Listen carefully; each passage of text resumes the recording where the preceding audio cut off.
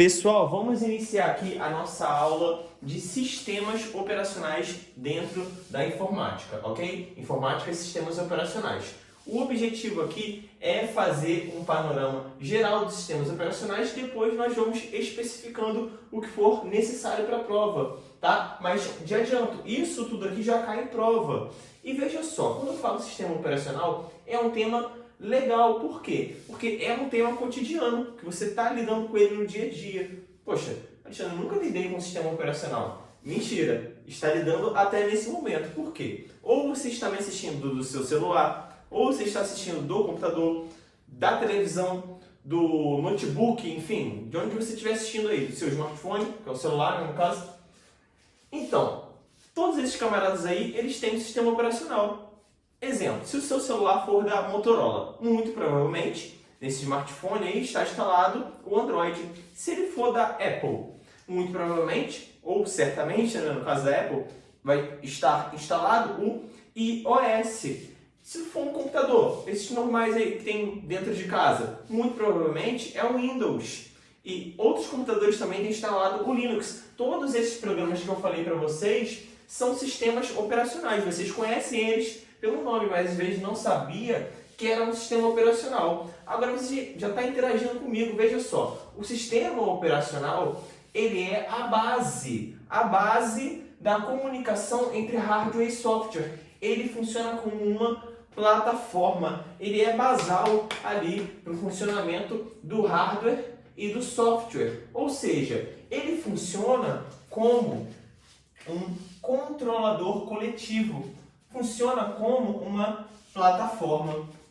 E ele tem duas estruturas importantes. Eu vou aqui citando as estruturas e características para vocês, beleza? Olha só, ele tem duas estruturas que são importantes. O kernel e os programas. Veja bem, quando eu falo em kernel, eu meio que estou falando do núcleo desse sistema operacional. É de onde são emanadas as instruções e os comandos, é o cérebro ali desse sistema operacional. É uma parte que nós, usuários comuns, pessoas comuns, nós não vamos lidar diretamente com isso, beleza? Mas nós precisamos saber que essas informações, essas ordens que o sistema operacional dá, elas são emanadas ali através do kernel, beleza? E a parte que fica assim mais tangível para a gente é a questão dos programas. Veja só, nós temos programas aplicativos e utilitários. Tem diferença, Alexandre? Tem, eu vou fazer essa diferenciação para você. Porque às vezes a prova ela pode ser um pouquinho mais sutil e cobrar essa diferença. Ou então jogar dentro de uma questão contextualizada. Então, é interessante para a gente saber a diferença entre aplicativo e utilitário. Pô, dá até para tirar onda, né? Saber essa diferença aqui. Olha que bacana, olha só. O aplicativo, ele vai atender uma necessidade do usuário. Já o utilitário, que também é um programa, ele vai atender uma necessidade da máquina. Como assim, Alexandre? Por exemplo, o seu navegador, o Google Chrome, o Microsoft Edge, o Windows Explorer, o Mozilla Firefox, eles atendem a sua necessidade, correto? A necessidade de navegar na internet, acessar o Instagram, o Facebook, essa aula, por exemplo, por assim vai. Beleza. Já os utilitários, eles vão assim satisfazer uma necessidade da máquina.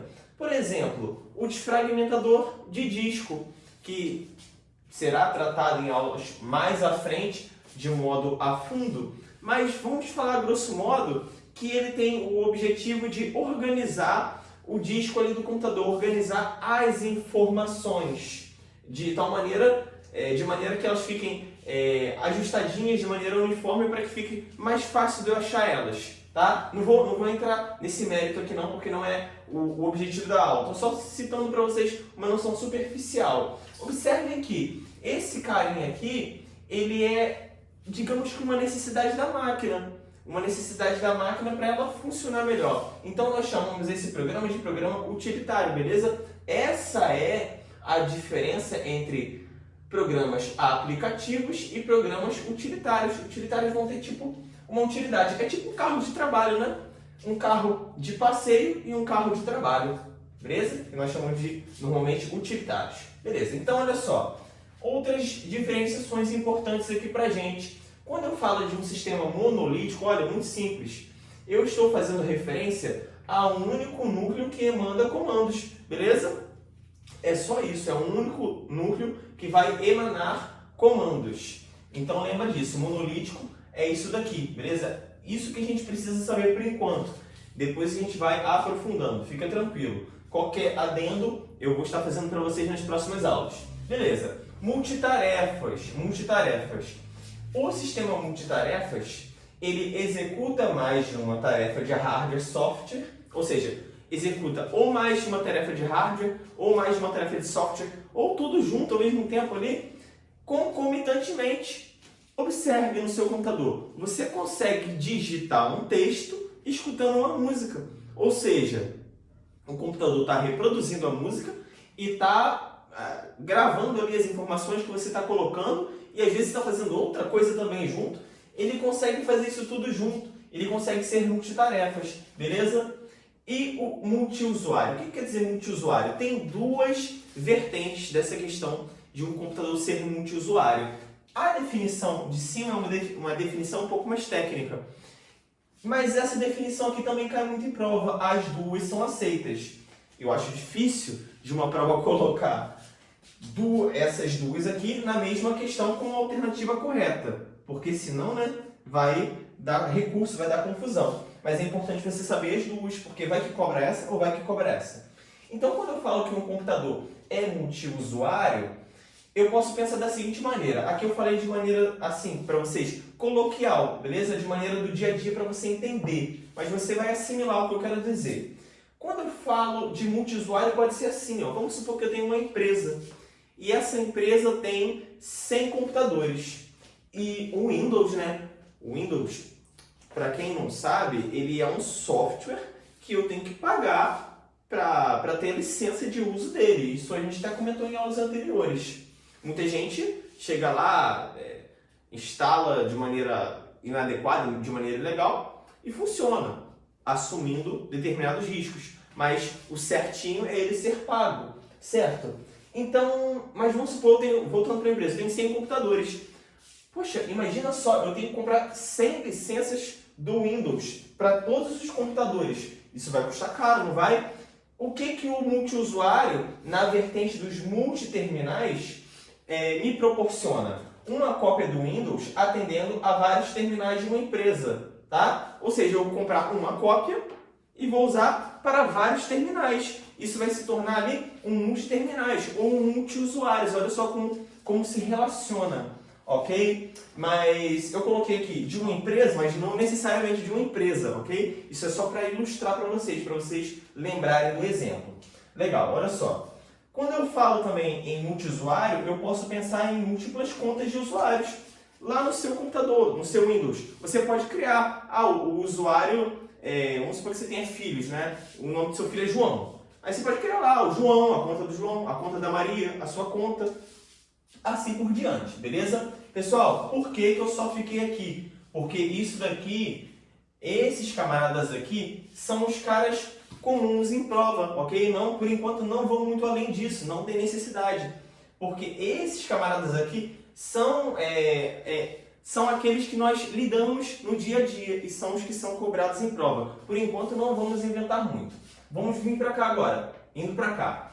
Inicialização, ok? Nós estamos falando agora de outro tópico relativo ao sistema operacional, que é a questão da inicialização, também conhecida pelo termo boot, com duas letras Os, ok? Duas letras. Bot com uma letra O só é outro lance. Estamos no boot. Show?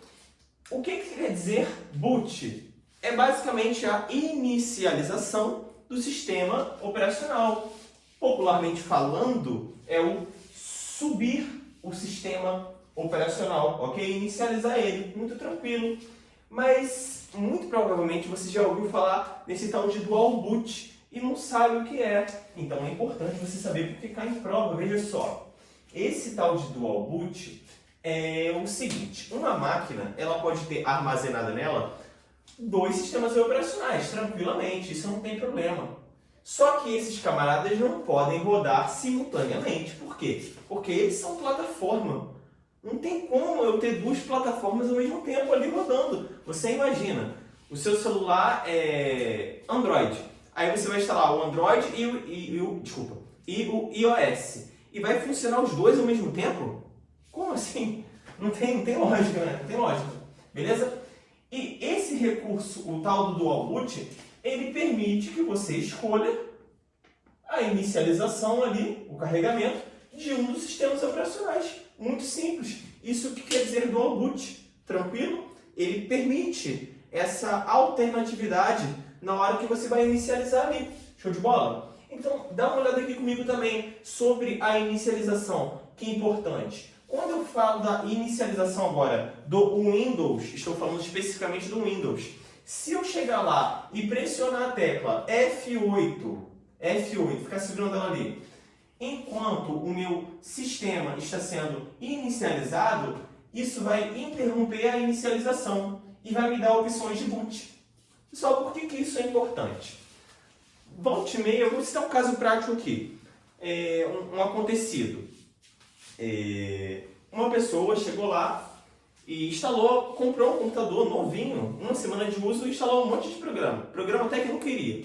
E quando ela inicializava o Windows, simplesmente travava tudo, não dava tempo nem de ela fechar os programas, porque estavam abrindo programas sozinhos ali, né? Sabe aquele programa chato que você inicializa o computador e ele abre sozinho, sem você nem pedir? Então, e tinha um desses programas que estava travando o computador, só que não dava nem tempo de mexer em nada, ok? Então, aí uma técnica adequada para sanar esse problema seria o quê? Segurar lá o F8 na inicialização e ir nas opções de boot e desativar a inicialização daquele programa. Por isso a importância, tá vendo? Por isso que a gente estuda isso, porque isso pode ser a sua realidade dentro do serviço público, beleza? Então olha só, mas o que a gente tem que levar para a prova aqui é o seguinte, que esse tal do F8, a tecla F8 lá do seu teclado, ele vai interromper a inicialização e dar opções de boot. Você vai entrar no menuzinho lá, que tem várias opções. Tranquilo? Show de bola. Agora, relativo à inicialização do Linux, eu tenho dois programinhas importantes, o GRU e o Lilo. Esses camaradas são os camaradas que dão opção, né, programas de opção de boot, ok? Por enquanto é isso que a gente vai levar. Linux, mais especificamente depois. Legal. Quando eu falo em sistemas de arquivo, agora nós estamos falando dos sistemas operacionais, só que dentro do tópico de sistemas de arquivos. O que quer dizer sistemas de arquivo? Quer dizer o seguinte, como cada sistema operacional lida com as informações, tá? Cada sistema operacional vai lidar com as informações de forma diferente. Isso é muito assim, é razoável, né? Vamos supor que um foi criado na França e outro foi criado no Japão. Um vai falar francês, outro vai falar japonês. Um vai lidar com informações de maneiras, cada um, né, vai lidar com a sua maneira com as informações. Tranquilo? Então veja só, eu tenho o Windows e o Linux aqui, em análise para concurso público, beleza? Que são os mais importantes para a nossa prova até esse momento. Qualquer coisa aí, se assim, surgirem, mas eu vou complementando a playlist. Se eles cobrarem um Android da vida, a gente vai complementando, a gente vai jogando aulas aí. Mas por enquanto vamos trabalhar o Windows e o Linux aqui. Vou apresentar para vocês esses nomes. Observem que de cima para baixo é meio que uma evolução, tá? Esses sistemas de arquivo, eles foram melhorando conforme o tempo foi passando, porque os arquivos se tornaram mais complexos. Então eu preciso de um sistema melhor para lidar com eles. Então esse FAT16 aqui ele é o mais fraquinho. Depois o Windows passou para o FAT32, o NTFS e o REFS. O objetivo aqui primário é você chegar lá na prova, ler e saber que isso daqui é um sistema de arquivo, beleza? E que é do Windows. Já o Linux, ele tem outros sistemas de arquivo também, mas importantes para a gente, o ext2 e 3, o Razer FS, o RTS, o NFS. Beleza, pessoal? São nomes assim que é bom nós conhecermos, ok? Que não nos deixa perdido quando você lida com essa palavra aqui e com essas palavrinhas aqui. Você já tem uma noção de como resolver a questão, do que está se tratando, beleza? Vou dar uma pausa aqui, a gente vai lá para o outro quadro para a gente finalizar essa aula. Continuando aqui o nosso assunto, eu estava ali no outro quadro com vocês falando sobre os sistemas de arquivo, que cada um vai ter uma linguagem, um jeito de tratar os arquivos, correto? Então é o seguinte, e quando eu precisar de fazer uma comunicação, por exemplo, entre o Linux e o Windows, eu vou precisar de algo especial para isso, porque eles, digamos que não falam a mesma língua em determinadas situações. Então veja só, eu vou usar um emulador. Pessoal, um emulador, que nome feio, muito tranquilo. Vamos supor que você quer jogar um jogo de PlayStation 2, né? No seu, isso daí é para quem é mais das antigas aí. Não tão antigo, mas um pouco mais antigo. Vamos supor que você quer jogar um jogo de PlayStation 2 ou um jogo de Atari. Aí já é o pessoal das antigas, né? Um jogo de Atari no seu computador. O que você vai ter que instalar? Vai ter que instalar um emulador. Por quê? Esse tal de emulador, ele simula uma plataforma, ok? Ele simula uma plataforma, ele imita. Então é basicamente assim, eu vou instalar um programa para imitar a plataforma Linux dentro do Windows. Esse que é o macete, tá? Então, citei aqui para vocês os emuladores que fazem a comunicação entre os sistemas de arquivos Linux e Windows. Ou seja, faz o caminho daqui para cá e faz o caminho daqui para lá. É importante você saber esses nomes, ok? Porque as provas cobram nomes. Do Windows para o Linux, eu tenho esse tal de PUT. E do Linux para o Windows, eu tenho esses camaradas aqui, ó. Esses camaradas aqui é difícil escrever e falar ao mesmo tempo às vezes. O Samba, o QEMU, o X-Window. E esse tal de X-Window, só um detalhezinho, ele é adequado, ele é mais adequado para a questão das redes, ok? Tranquilo. E mais um tópicozinho para encerrar essa aula a respeito dos sistemas operacionais. Modos de trabalho de um sistema operacional. Ele pode ter dois modos, isso é muito importante. Ele pode ter o modo Shell, que é o modo texto, ou ele pode ter o modo gráfico, que é conhecido como interface gráfica amigável, ou em inglês a sigla GUI, ok? Tudo a mesma coisa, se você vê lá na prova, modo gráfico, IGA, GUI, tá fazendo referência à mesma coisa, tranquilo? Mas, Alexandre, você falou, né? Mas eu não entendi nada. Cara, relaxa. Chega lá no seu computador, no seu Windows aí, e abre ali o menu iniciar e digita CMD. Aí vai abrir assim, e dá um Enter, né?